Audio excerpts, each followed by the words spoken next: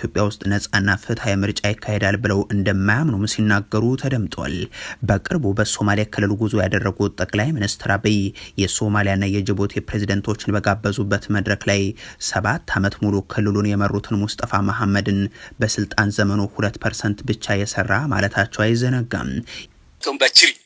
ብሪክ ከማል እንጣፋቱ ካደረጋና ነገ ይህ ሀገር ሲበታተን እኛ ራሳችንን አጣብቀን አንቀርም። የራሳችንን በምሁራን የሚመራ መንግስት እናቋቁማለን። ይሄ የምናቋቁመው መንግስት ደግሞ በ6 ወር ወይንም በ1 ዓመት ውስጥ ምርጫ የሚያካሂድ ይሆናል። እኔ 130% እርግጠኛ ሆኜ ከደጋሃቡር እመረጣለሁ።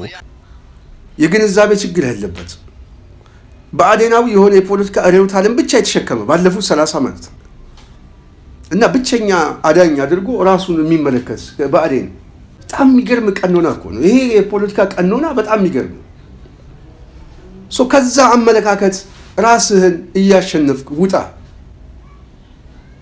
ለማን ነው የምሞተው? ይሄ ትግል አንተ አታሸንፍም።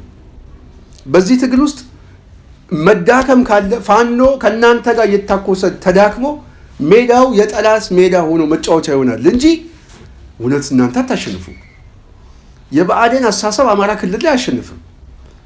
ማሸነፍ አይችልም። ያበቃ ጉዳይ ነው። እድሜውን ጨርሷል። የትግል እድሜውን ጨርሷል። ያገዛዝ እድሜውን፣ የተላላኪነት ያድርባይ እድሜውን ዘግቶታል፣ ጨርሷል።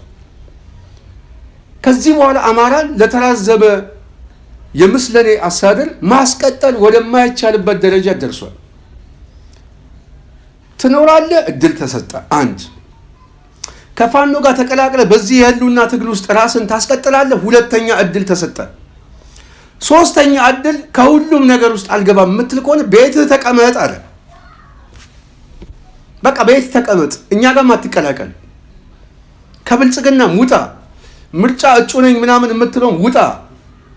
እኛም ወደ አንተ ጥይት አንተኩስም፣ አንተም ወደኛ ጥይት አተኩስብን። ቀኛ ራሳችን በቂ ነን፣ እንጨርሰዋለን ትግሉን። አንተ ግን ልጆችን ይዘህ ቤተሰቦችን ይዘህ ወላጆችን ይዘህ ቤትህ ተቀመጥ ተባልክ። ከዚህ በላይ አርቆ ማሰብ ምን አለ? ከዚህ በላይ እድል መስጠት ምን አለ? ይሄንን አልጠቀምህም የምትል ከሆነ ግን እኔ ምንም ጥያቄ የለም፣ ትደመሰሳለህ። በጣም ነው የምትደመሰሰው። አንተ ተተኩሳለህ፣ ሌላው የሚተኩስብሃል። የጠላት ሜዳውን የጠላት መጫወቻ ታደርገዋለህ። መጨረሻ ላይ የኦሮሙማ መጫወቻ ነው የምታደርገው። ግን ትጠፋለህ፣ ትደመሰሳለህ።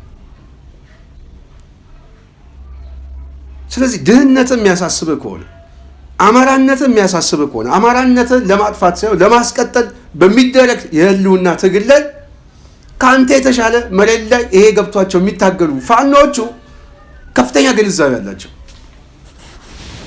ካረጋ ከበደ አስተሳሰብ ከተመስገን ጥሩነት ተላላኪነት መሬት ላይ ያለ ሰው አንድ ጠበንጃ ያዘ የፋኖ እንቅስቃሴ ያለ ሰው የተመስገን 10 የተመስገን አስተሳሰብ ሊበልጠው የሚችል ያስተሳሰብ አድማሱ የሰፋ ሰው በምንም አይነት መመዘኛ ቢያንስ ገብቶታል። ስለ አማራ የህልውና ትግል ገብቶታል። ከላይ ያለው ከአንገት በላይ ያለው ኃይል ራሱን የሚመለከተው ሁለተኛ አድርጎ ተላላኪነት አድርጎ ጥያቄያችን ተመልሷል፣ አማራ ምንም የህልውና ትግል የለበትም ብሎ ራሱን ለባርነት የሸጠ ገባሪ ቡድን። ለዚህ ቡድን እንዴት ትሞታለህ ነው? ለዚህ ቡድን እንዴት ጥይት ስጋ ላይ ያርፋል? እንዴት ደምን ታፈሳለህ? ለምን ብለህ አንተ እኮ አማራ እንደው አታስቅብን። እንደው እውነት አማራ እንደው ትንሽ ቆም ብለህ አስብ እስቲ። ሳቁብን እኮ በጣም እኮ ብዙዎቹ ሳቁብን፣ ተሳለቁብን። ኦህዴድ ያሸንፍህ። በኦህዴድ አስተሳሰብ እዛው ሜዳህ ላይ ትሞታለህ። ለኦህዴድ ብለህ ትሞታለህ። ለአብይ ስልጣን ብለህ ለሽመልስ ብለህ ሽመልስ እኮ ዛሬ ዱባይ ገብቷል ለሕክምና። አዳነች አቤቤ ዱባይ ቤት አላት። አብይ አህመድ እንደምታዩት ጋሞ ሰው ሞተ ሲባል የጋሞ ሞት የራሱ ጉዳይ ብሎ በፕሌን ሄደ ሰው የመጀመሪያ ሰው ለመጠየቅ ልቅሶ ለመድረስ ሄደው ዱባይ ነው። ዱባይ ላይ ተጠልለው ያሉት የዜጎች እንደው ለቅሶ ሰቆቃ እባካችሁ ከሀገር አውጡን የሚል ዜጎችን እንኳን ይዟቸው አልተመለሰም። እንኳን አንተን ሊያስታውሰ የለም እዛ ያሉትን ዜጎች እንኳን ዜጎች ላውጣ አላለ። በዚህ ቀውስ ውስጥ በዚህ ጦርነት ውስጥ እንዳይጎዱ ዜጎችን ልሰብስባቸው አላለም። ማንም የሀገር ዜጋ ስለ ዜጋው ይጨነቃል። አብይ አይጨነቅም። ለምን? መቀነስ ነው የሚፈልገው። ስለዚህ ነገ ጧት አንተ ስትሞት አብይ አይጨነቅም፣ ኦህዴድ አይጨነቅም፣ አረጋ ከበደ አይጨነቅም። ምን አገባው? በቃ ተቀነስክ። ለመቀነስ ዓላማ አድርገህ የምትሞት የአማራ ሊቅ እኔ በጣም ማለት አንተን ለመግለጽ ምን አይነት ቃል እንጠቀም? እንዴት አድርገን እንረዳ? እንዴት አድርገን በምን አይነት ቃላት በምን አይነት አስተሳሰብ እንደምንሄድ ግራ ገባል። ስለዚህ ጠበንጃ ያነገድክ ፖሊስ ካለ፣ ጠበንጃ ያነገድክ ሚኒሻ ልዩ ኃይል እዛ አማራ ክልል ውስጥ ያለ ኃይል ስትሞት ሞትህ የሚያሳዝነው ለቤተሰቦች የፖለቲካ አቅም የለህም። ያለህ ጠበንጃ ተኮስ ሲሉ ለመተኮስ ኃላፊነት የሚሰማ ከሆነ ጠበንጃውን የምተኩሰው ወንድሞቼ ላይ ሳይሆን እናንተ ላይ ነው ብለህ ማሰብ ነው ያለብህ። በዛ ደረጃ የማታስብ ከሆነና ለዛ አስተሳሰብ ራስህን አልደረስኩም አስተሳሰብ ይሄን አይፈቅድም የምትል ከሆነ ግን ልጆችን አሳድግ፣ ቤተሰብን አሳድግ፣ እዛው ተቀመጥ፣ በቃኝ ብል ሪዛይን እያረኩታ በዛ ደረጃ ማሰብ አለብህ ነው። በቃ የህይወት መስዋዕትነት የሚከፍሉ ወንድሞችን ልታዳምጥ ይገባል። ይሄንን አልሰማም እኔ እናንተን አጥፍቼ ኦህዴድን ማንገስ ነው ዓላማዬ ግን የምትል ከሆነ ላንተ የሚሰጥ ምህረት የሌለሽ ቅጣት ተገቢም ነው፣ ትክክለኛም ነው፣ ፖለቲካም ነው፣ ውሳኔው ተቀባይነት ያለው። ስለዚህ አፋብን አሁን በአፈጻጸም ደረጃ ያወጣው በከተማ ውስጥ ገብቼ የከተማውን እጩ ብቻ ሳይሆን አስተኳሹንም ተኳሹንም ምርጫ የሚያስተባብረውንም ሚኒሻውንም ፖሊሱንም ለአንዴና ለመጨረሻ ጊዜ እፋለማለሁ። በከተማ ውስጥም ቀኝ እያሰማራ ነው። የከተማ ቀይ ሽብር ሊጀምርብህ አርፈ ተቀመጥ፣ ከዚህ ናዳ ውስጥ ውጣ፣ የህልውና ትግል ነው የማደርገው፣ አርፈ ተቀመጥ እያለ እያስጠነቀቀን እጩ ሆኛለሁ የምትለውም ከእጩነት ውጣ እያለ ነው። ብልጽግና በማስቀጠል በእኔ የህልውና ትግል ላይ ቀጣይ 5 ዓመት እንድሞት እድል ልትሰጠው አይገባም የሚል ማስጠንቀቂያ እየሰጠ ነው። ይህንን ማስጠንቀቂያ ትቀበላለህ አትቀበልም ነው ጥያቄ። የምትቀበል ከሆነ ቤት ተቀመጥ፣ የማትቀበል ግን ከሆነ ትደመሰሳለህ እያለ እየነገረ ነው። ትናንትና የወደቁት ሰዎች ነፍስ ይማር ብሎ የብአዴን ሰዎች በፌስቡክ ገጻቸው ላይ ዓላማችሁን የወደቃችሁበትን ዓላማ እናስቀጥላለን አላለ አረጋ ከበደ። ተመስገን ጥሩነህ እንደዛ ብሎ አይጽፍልህም። በዛ ደረጃ አዘናችሁ ለዓላማችሁ ነው የሞታችሁት። ስለዚህ ይሄን ዓላማችሁን እኛም ተቀብለን እስከ መጨረሻው ድረስ የህይወት መስዋዕትነት እንከፍላለን። ኢራን ላይ ተመልከት፣ መሪው ሲመታ ከታች ያለው እስከ መጨረሻው ድረስ እንታገላለን እያለ ቢያንስ የሰርቫይቫል ጉዳይ ይዘው ህልውናቸውን ለማስቀጠል እየታገሉ ነው። ብአዴን ህልውናውን ለማስቀጠል የሚታገለው ባረጋ በተመስገን መስዋዕትነት አይደለም፣ ከእግር በታች ባለው በሚኒሻው መስዋዕትነት። ስለዚህ መቆሚያ ነው እያደረጋቸው፣ ጫማ ነው የሚያደርጓቸው። የጫማ ሶሉ ናችሁ እናንተ። ስለዚህ ጫማ የምናደርገው የምንጫመተው ቢያንስ እግርህ እንዳይጎዳ። ተመስገንም አረጋ ከበደም የብአዴን መዋቅር ይሄንን ጫማ የሚጠቀመው ሚኒሻና ልዩ ኃይሉ ነው። ለምን? ነፍሱ እንዳይሞት፣ ስጋው እንዳይጎዳ። ስለዚህ የሶል ያህል የጫማ ያህል ሚና ነው ያላችሁ። መረገጫ ናችሁ። ለመረገጫው አመቺ ሆናችሁ ለምን ትገኛላችሁ? ይሄ ዓላማ ነው። ይሄ ግብ ነው። ይሄ ውጤት ነው። ለዚህ ውጤት ነው የምትሞተው። እኔ አማራ በጣም እውነት የኦሮሞ ሊቃን ሰብሰብ ብሎ ተሰብስበው እየሳቁብን፣ ጽንፈኛው ቡድን እየሳቀብን ነው። ስልጣኑ የኛ ነው፣ ጠላቶቻችን መጡብን፣ ጊዜው የኛ ነው፣ መጤዎችን አባራቸው ቢለያዙ ምናምን የሚለው ጽንፈኛው ኦሮሞማ ቁጭ ብሎ እየሳቀበን በዚህ ደረጃ እኮ ነው አማራ የሚያስበው የራሱ ወንድም ለመግደል እኛ ገንዘብ ከሰጠነው ምንም ችግር የለበትም አማራው እኮ ይሄ ነው አስተሳሰቡ ይሄ ነው ገና የፖለቲካ ሀው ላይ ነው ያለው እንጠቀምበታለን እያለ ይሳለቀ ነው ባለፈው ጊዜ የኦህዴድ አክቲቪስቶችን ይዩት አረጋ ከበደን እጠረጥረዋለሁ ተመስገን እጠረጥረዋለሁ እያሉ እየጻፉ ነበር ለምን ተጠቀሙባቸው እየተሸነፉ ሲመጡ አይ እኛን የሚያስጠቁም በውስጥ በኩል ያሉ ሰዎች ናቸው ብለው ተላላኪዎቹን እንኳን በአክቲቪስቶቹ እየገመገሙ ነው መጨረሻ እነዚህም ካንገት በላይ ያሉ ሰዎች ይበሏቸዋል እነሱ በውጤት ደረጃ እንደሚበሉ አያውቁትም ለምን ገና ነው ገና አልደረሰም ገና ሰፋ አድርጎ ፖለቲካን የመተንተን አድማሱ ገና ነው ገና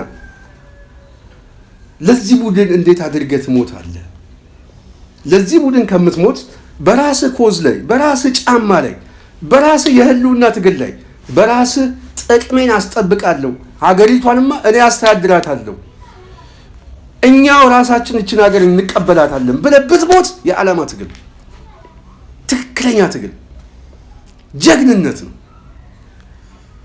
ብልጠት ነው በዛ ሁኔታ ብትሞትም ደስ የሚል ሞት ነው የህይወት መስዋዕትነት ብትከፍል ቢያንስ አማራውን ካለበት ጥፋት ለማዳን የሚከፈል መስዋዕትነት በዛ ደረጃ እንዴት ማሰብ ያቀታል ሚሊሻው በተለይ ደግሞ ትንሽ የሆነ ይሄ ኢንተሌክቹዋል የሆነው በየቢሮ ውስጥ የተቀመጠው ምናምን የብአዴን መዋቅር ውስጥ ያሉ ሰዎች ከታገልክ በውስጥ በኩል በደንብ ታገል አገዛዙን ለማፍረስ ታገል ካልታገልክ አንተም የምርጫ እጩ ሆነ ምናምን በየድግሱ ምናምን እየመጣ እጀባ ለመስጠት እኔ በጣም የህይወት መስዋዕትነት ትከፍላላችሁ ብዬ አስባለሁ ከባድ ነው አደጋው ከባድ ከዚህ በኋላ 5 ዓመት አብይ አህመድ እድል አገኘ ማለት ኦህዴድ በቀጥታ አማራ ክልል የሚያወድምበት ፍቃድ ነው የምትሰጠው ስለዚህ ከዚህ እንቅስቃሴያችሁ ተቆጠቡ እኛ አሁንም መልእክት እናስተላልፋለን ልዩ ኃይል ሚኒሻ ከሰኔ 30 በኋላ መንግስት የለም ብልጽግና የለም ፈርሷል በይፋ ያለው የአፋብህን መንግስት ነው ክልሉን ይቀበላል የሚያስተዳድርበት ዘመን ከሰኔ 30 በኋላ በራሱ በክልሉ በጀት የፌደራል መንግስቱን አታክ እስኪያደርገው ድረስ ከአዲስ አበባ እስኪሸኘው ድረስ ሙሉ ለሙሉ ክልሉን ቴክኦቨር አድርጎ የሚቀበልበት የክልሉ ሽግግር የሚመሰረትበት ሙሉ ለሙሉ ከሰኔ 30 በኋላ በሁሉም የዞን አካባቢ ላይ ያለ የብአዴን መዋቅር ራስን ለሽግግር ምክር ቤት እያዘጋጀ መምጣት ነው አለቀ በውስጥ በኩል አፍርሰው ትጥቅ ያስክ ፖሊስ ምናምን ትጥቅን ይዘህ ተቀመጥ ተኩስ ስትባል አልተኩስም በል ወይም ከፋኖች ጋር እየተነጋገርክ በውስጥ በኩል ትጥቅን አስረክብ በቃ ተከበብኩኝ ተመታው እያልክ ስጥ ጨዋታው ይሄ ነው በዚህ ጨዋታ ብለጠው አገዛዙ ራሱ የመንግስትን ካዝና ትጥቁን የታጠቀው ለፋኖ ስጠው ሲስተማቲክ በሆነ መልኩ አስመታ ክልሉን ፋኖ መቀበል አለበት ከዚህ ውድመት ለመዳን ክልሉን ከተቀበለው በኋላ ከተቆጣጠረው በኋላ ሁለተኛው ፕላን ግን ወደ አዲስ አበባ መሄድ ነው ወደ አዲስ አበባ ለመሄድ ከዛ በኋላ የ3 ቀን የቤት ስራ የ3 ቀን ሌላ አይደለም የልክ የቀነኒሳን ሩጫ ያህል ሮጦ የመግባት ያህል 3 ቀን ኦህዴድ አቅም የለው ማንንም አያድን የትኛውም አያድነው እዚህ ጓጽዮን ላይ ተሻግሮ በዚህ በኩል ከሰሜን ሸዋ ደብረ ብርሃን ተሻግሮ በዚህ በኩል በሞጆ በኩል ሰንጥቆ የሚመጣው ኃይል የሚያቆመው ወንድ የሆነ ልብ ያለው የለም በእርግጠኝነት ነው የምነግርህ ልብ ያለው ማለት ነው ሻንጣውን ይዞ የሚጠፋ የሚሮጥ ቡድን ነው የሚሰበሰበው በሩጫ ነው በጥይት አይገባም ወደ ከተማው የሚገባው በሩጫ ነው በቶክስ አይደለም እናቱ የወለደችው ደፋር ነኝ የሚል ህዝቡ ውስጥ ገብቶ የሚታገል ኦህዴድ ያንገታችን ማህተብ ያህል እንመሰክራለን የለም ቅባት ይዟል ሀብት ይዟል ገንዘብ ይዟል ገንዘቡን መብላት ይፈልጋል የዘረፈውን ገንዘብ የዘረፈውን ቅባት ማጣጣም ይፈልጋል ወንድነት የለም አሁን እየተጠቀመበት ያለው እዛ ክልሉ ላይ ያለ መስለሌ ስለዚህ ይሄንን በደንብ መረዳት ያስፈልጋል። ሲስተማቲካሊ ፋኖን በማገዝ ከሰኔ 30 በኋላ መንግስት እንደሌለ ብልጽግና የሚባል በአማራ ክልል ውስጥ እንደሌለ ማወቅ ያስፈልጋል። በተመሳሳይ ፋኖ ያወጣው መግለጫ አለ፣ ያፈጻጸም መግለጫ በአራቱም እዝ አካባቢ ቀኞችን ቆንጆቹ እየተሰማሩ እንደሆነ ከባለፈው ኮማንዶ ተመራቂዎች ተሰምቷል። ስለዚህ ይሄንን የሰማነው መረጃ ሁላችንም በጥንቃቄ ማየት አለብን። ከዚህ ናዳ ለመትረፍ የግድ ፋኖ መተባበር ያስፈልጋል። በሌላ በኩል የጽናት ሚዲያ ቤተሰብ የሶማሌ ክልል ፕሬዝዳንት ሙስጠፌ ምርጫው ፍትሃዊ ምርጫ አይደለም፣ እዚህ ምርጫ ውስጥ እንደውም አብይ አህመድ እኔን ከማንሳቱ በፊት ራሱ ይቀድማል ብሎ ሙስጠፌ እየተናገረ ነው። እኔ ለዚህ ጥሩ ማስረጃ የምናቀርበው ምናልባት ኢትዮ ፎረም ይህንን የድምፅ ማስረጃ ደርሶት ዘገባ ሰርቶበታል። ዘገባውን እንስማው። ምንድን ነው የሚለው? እስቲ ወደ ዘገባው እንሂድ። ርዕሰ መስተዳድሩ አብይ እኔን ሳያባረረኝ ኢትዮጵያ ትበተናለች አሉ። ፕሬዝደንቱ በኢትዮጵያ ውስጥ ነጻና ፍትሃዊ ምርጫ ይካሄዳል ብለው እንደማያምኑም ሲናገሩ ተደምጧል። በቅርቡ በሶማሊያ ክልል ጉዞ ያደረጉት ጠቅላይ ሚኒስትር አብይ የሶማሊያና የጅቡቲ ፕሬዝደንቶችን በጋበዙበት መድረክ ላይ 7 ዓመት ሙሉ ክልሉን የመሩትን ሙስጠፋ መሐመድን በስልጣን ዘመኑ 2% ብቻ የሰራ ማለታቸው አይዘነጋም። ይህ ጉዳይ በሶማሊያ ክልል የፖለቲካ ልሂቃን ዘንድ መነጋገሪያ የሆነና በርካታ መግለጫዎች እንዲወጡ ምክንያት ሆኖ የሰነበተም ነበር። ነገሩ በሶማሌ ክልል ካቢኔ ውስጥ መወያያ ሆኖ የሰነበተ ሲሆን 2% ብቻ ነው የሰራው የተባሉት ሙስጠፋ መሐመድም አብይ እኔን ሊያነሳኝ ይፈልጋል፣ ይሁን እንጂ እኔን ሳያነሳኝ እሱ ይቀድማል፣ ኢትዮጵያም ትፈርሳለች ሲሉ ተሰምቷል። ከአንድ ሳምንት በፊት በጅግጅጋ ማኔጅመንት ኢንስቲትዩት የካቢኔ አባሎቻቸውንና የብልጽግና ሹማምንትን የሰበሰቡት አቶ ሙስጠፋ ኢትዮጵያ ትፈርሳለች፣ ስትፈርስም እኛ ተጣብቀን አንቀርም፣ የራሳችንን መንግስት እንመሰርታለን ሲሉ የተናገሩበት የድምጽ ማስረጃም ኢትዮ ፎረም ከምንጮቹ አግኝቷል። ነገ ይህ ሀገር ሲበታተን እኛ ራሳችንን አጣብቀን አንቀርም፣ የራሳችንን በምሁራን የሚመራ መንግስት እናቋቁማለን። ይሄ የምናቋቁመው መንግስት ደግሞ በ6 ወር ወይንም በ1 ዓመት ውስጥ ምርጫ የሚያካሄድ ይሆናል። እኔ 130% እርግጠኛ ሁኜ ከደገሃቡር እመረጣለሁ። ፕሬዝደንት ሆናለሁ አልሆንም የሚለው ሁለተኛ ጥያቄ ነው። ዋናው ጭብጥ ሀሳብ የዚህ ክልል ህዝብ የራሱ ሰው እንዲመርጥ ማድረግ ነው። ከዛ በኋላ ብልጽግና የሚባል ነገር አይኖርም። ከሳምንታት በፊት 2% ብቻ ነው የሰራው የተባሉት ሙስጠፋ መሐመድ ለኦህዴድ ብልጽግና የታመኑ ለአዲስ አበባ ሰዎች ስልጣንም የማያሰጉ ሆኖ የተቀመጡ ኦህዴዶችም የሚጠይቋቸውን ገንዘብ ለሶማሌ ህዝብ ከተመደበ በጀት ላይ በማካፈል እየኖሩ ናቸው የሚሉ ሰዎች ከቅርብ ጊዜያት ወዲህ ግን ስልጣኔን አጣለሁ የሚል ስጋት እንደተጋረጠባቸው ይገልጹና እንዲያም ሆኖ ከኔ ቀድሞ አብይ ያበቃለታል እያሉ እንደሚናገሩ ያክላሉ። አብይ ያስወግዳል ሲባል መጀመሪያ እርሱ ይተርፋል ወይ እርሱን ሳያባረር ኢትዮጵያ ትፈርሳለች እያሉም ይጠይቃሉ የሚሉት ምንጮቹ በካቢኔ ስብሰባው ላይ በኢትዮጵያ ውስጥ ነጻና ፍትሃዊ ምርጫ ይካሄዳል የሚል ግምት እንደሌላቸው ሲናገሩም ተደምጧል። ዶሮሾይን ከና iyo kala awood badnashaha dawladda iyo urada mucaaradki iyo qaabka guud ee dhaqanka siyaasadeed deegaanka yaala በመንግስትና በተቋሞች መካከል ያለው የአቅም ልዩነት እንደዚሁም የሀገሪቱ የፖለቲካ ባህል ነጻና ፍትሃዊ ምርጫ እንዲካሄድ ይፈቅዳል ወይ? ይህንን ጥያቄ ከጠየቅን የሚሳካ አይመስለኝም። ቢሳካ ደስ ይለኝ ነበር። ምርጫን በማስመልከት መዋቅራዊ ችግር አለ። የመንግስትና የተቋሚ ኃይል ሚዛን መዛባት ኢትዮጵያ ውስጥ ነጻና ፍትሃዊ ምርጫ ይካሄዳል ብዬ አላምንም። በቅርቡ በክልሉ የሚንቀሳቀሱ የተለያዩ ተቋሚ ፖለቲካ ግለሰቦችን በተናጥልና በጋራ ያነጋገሩት አቶ ሙስጠፋ መሐመድ 100 ዓመት የታገልን ቢሆንም አንድም ጥይት ሳንተኩስ ነጻነት ልንጎናጸፍ ጫፍ ላይ የደረስነው አሁን ነው በማለት መናገራቸውንም ምንጮቹ አረጋግጧል። በጉዳዩ ላይ አስተያየት እንዲሰጡን ለማድረግ አቶ ሙስጠፋ መሐመድን ለማግኘት ያደረግነው ጥረት ለጊዜው አልተሳካም።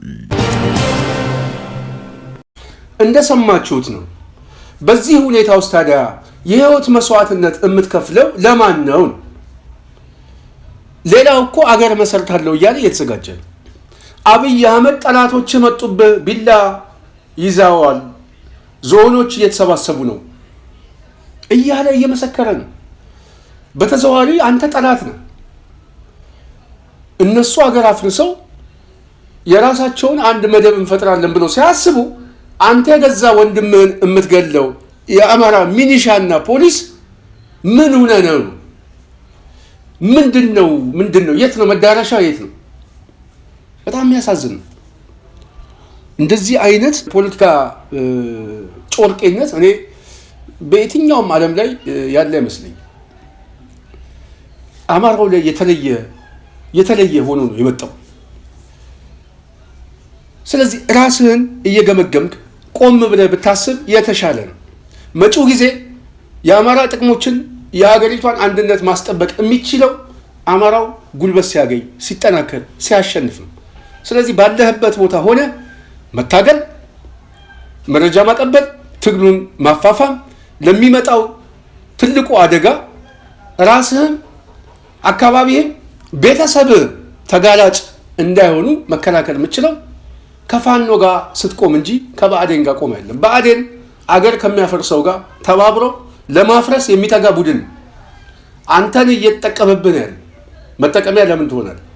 ማሰብ አንድ ጉዳይ ነው ብዬ አስባለሁ።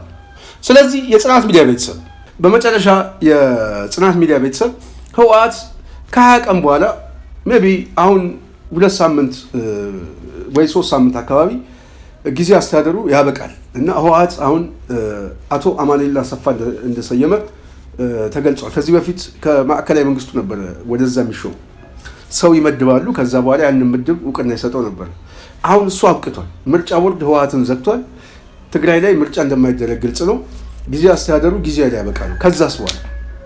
ከዛስ በኋላ አብይ ሰራዊት መድቦ ነው ጊዜ አስተዳደር የሚሰይመው። ምንድነው የሚያደርገው? በ2 ሳምንት ውስጥ የምናየው ግን ምንም ጥያቄ የለውም። ከ2 ሳምንት በኋላ ወይም ባልበለጠ ጊዜ ውስጥ ግን በዛ አካባቢ ጦርነት ሊጀምር እንደሚችል ግልጽ ነው ማለት ነው። ስለዚህ አሰላለፉ እየተቀየረ እየመጣ ነው። በትግራይ በኩል የሚጀመረው ጦርነት ደግሞ መዳረሻው አብይ የሚያደርገው ወይም ከተጀመረ የሚያልቀው ወደ ሀሰብ ነው። በተዘዋዋሪ የተራዘመ ጦርነት ነው። ስለዚህ አብይ እዛ አካባቢ ላይ ጦርነት ውስጥ የሚገባበት እድሎች እየሰፉ ነው የመጣው ከጊዜ አስተዳደሩ አኳያ። በተለይ ደግሞ አሁን አማራ ክልል ላይ ደግሞ የተለያዩ ቀጠናዎች ላይ ጦርነቱ እየሰፋ ነው፣ በትጥቅ እየደራጀ ነው። ዛሬ እንኳን ወልዲያ ዙሪያ ላይ ከባድ ጦርነት አለ። ጦርነት ላይ ናቸው ያሉት። አዲስ አበባ ዙሪያ ላይ እንደውም የፋኖ እንቅስቃሴ ድሮን እየታጠቀ ነው፣ አጥፍቶ የሚጠፋ ድሮን። በቃ አሁን ሲስተሙ ሁሉ አሁን ፋኖ ራሱ አሁን ከዘመኑ ጋር አብሮ የሚሄድ እንቅስቃሴ ውስጥ እየገባ ነው። በተመሳሳይ አዲስ አበባ ዙሪያ ላይ አሁን ከባድ ውጊያ ሊደረግ ዝግጅቶች እንዳሉ በቅርቡ አፋብን አሳውቋል። በሁሉም ቀጠና ላይ በጣም የተጠናከረ ዘመቻ ሊጀምር ነው። አዲስ አበባ ላይ ደግሞ ህዝባዊ እምቢተኝነት የመነሳት እድሉ በጣም ሰፊ ሆኖ ለዛ የሚሆን ከፍተኛ ስራ እየተሰራ ነው። ስለዚህ ይሄ አገዛዝ እድሜ የለውም፣ በዚህ ዓመት ውስጥ ይደመሰሳል። በዚህ በሚደመሰስበት ዘመን ላይ እያንዳንዱ ሰው ትዝብት ውስጥ ገብተህ የህይወት መስዋዕትነት ከምትከፍል ከዚህ ውድቀት በኋላ ቢያንስ ቀጣይ የምናየውን ስርዓት ለማየት ብትመኝ ብትጓጓ እኔ አንድ የፖለቲካ እውቀት ነው ብዬ አስባለሁ። ስለዚህ በፈረስ አገዛዝ ላይ ህይወት አትክፈል። ያገዛዙ ሰራዊትም በተመሳሳይ ለምን ትሞታለህ? ሄደ እዛ እናት ጋር መቀመጥ እኮ አንድ ጉዳይ። ራስን አስብ። ይሄ ስርዓት ይደመሰሳል። ከመደምሰሱ በፊት ግን ቢያንስ እታች ያለው ከአንገት በላይ ያለው ሲደመሰስ ከወገብ በታች ያለው ግን እዚች ሀገር ላይ ለውጥ ሲመጣ እሱም ተጠቃሚ የሚሆንበትን እድል ራሱ መፍጠር አለበት። ትግል የሚጀምረው ከእያንዳንዱ ሰው ኮሚትመንት ነው፣ ፍላጎት ነው። የእያንዳንዱ ሰው ጠብታ ነው በአሸናፊነት የሚመጣው። እኛ ጠብታ ነው የምናዋጣው፣ የሌላውም ሰው በተመሳሳይ ጠብታው ሲጠራቀም ባሊ ውስጥ ውሃ ይሞላል። ስለዚህ ጎርፍ የሚመጣው የትንሽ ጠብታ የዝናብ ውጤት ነው። ስለዚህ እያንዳንዱ ሰው በዛ ደረጃ ራሱን እየገመገመ ከዚህ አገዛዝ የሚነጠልበት ሌላው ደግሞ ተጠናክሮ የሚመጣበት እድሎችን ስንፈጥር ይህንን አገዛዝ እናፈርሰዋለን። በህዝባዊ እምቢተኝነት እየተናጠ ሊመጣ ጫፍ ላይ ነው ያለው። በአገዛዙ የጦርነት ፖሊሲም በራሱ የጥይት ባሩድ እየተሸነፈ እየመጣ ነው። እየተሸነፈ በመጣበት ሰዓት በአማራ ክልል ላይ ያለው ኃይል እንደዚሁም ደግሞ አሁን አዳዲስ ጦርነት የመከፈቱ እድል ሰፊ ነው። ከዚሁ ጋር አሊያንሶችና ትብብሮችን በመፍጠር ይሄን አገዛዝ ማፍረስ እና ወደማይመለስበት ውቅያኖስ ውስጥ መክተት በጣም ትልቅ ብልጠት ነው ብዬ አስባለሁ።